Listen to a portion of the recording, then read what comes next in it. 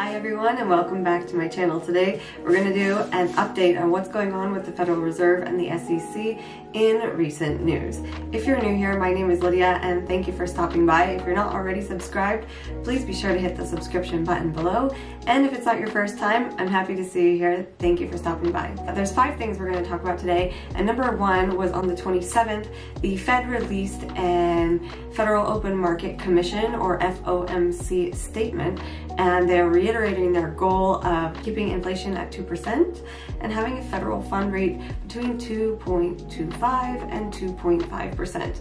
And they anticipate some ongoing increases in that target range depending on how market conditions are adjusting. There are some people like this inherently disagree. It's a fragile area of fiscal policy that we're in right now, trying to manage these unprecedented stimulus packages that came out during the pandemic and how to adjust in the aftermath. So on to the second item of business today, which is while everyone was focused on the crypto crashes and what happened with Celsius and Terra Luna and some of the major things that came out of crypto and the blockchain industry in the last few months, it went rather under the radar that the SEC actually charged Wells Fargo with being in violation of anti-money laundering laws. And also more recently was that the SEC also charged several major banks with not protecting the identity of their clients well enough. So if you do care about your privacy, you must understand that your bank is supposed to care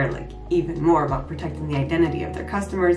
And there are major banks that are being hounded by the SEC right now to improve their practices on all fronts. So another thing that was in the headlines was that an investment banker and a former FBI employee were charged with insider trading for ill-gotten gains by the SEC. Kind of makes me wonder if Nancy Pelosi will ever have the SEC coming after her. We'll see if that ever happens, because I know she's been quite the talk of the internet and there's some really great memes about her trading strategies. And speaking of trading strategies, if you want to learn how to do your own research a little bit better and get some understanding of technical analysis, if you don't already have it, check out my technical analysis mini course that I am releasing this week. The introduction is going live on Thursday night. I'm in Israel right now, so the time difference between where I am and where you might be could be different. However, stay tuned for that. The basic course has 7 parts and there will be a more advanced course coming out later. Check that out. Thank you so much. Let me know what you think in the comments.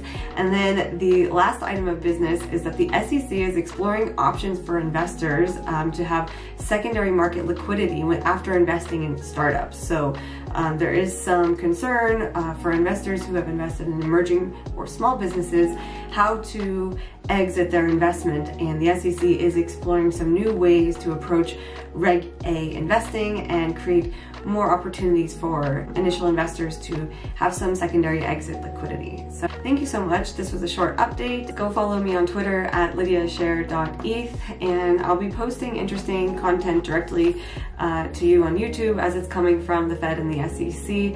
So I expect to post things as it's relevant. It might be every day in some instances or once a week. So stay tuned for that, and thank you so much. Have a great day.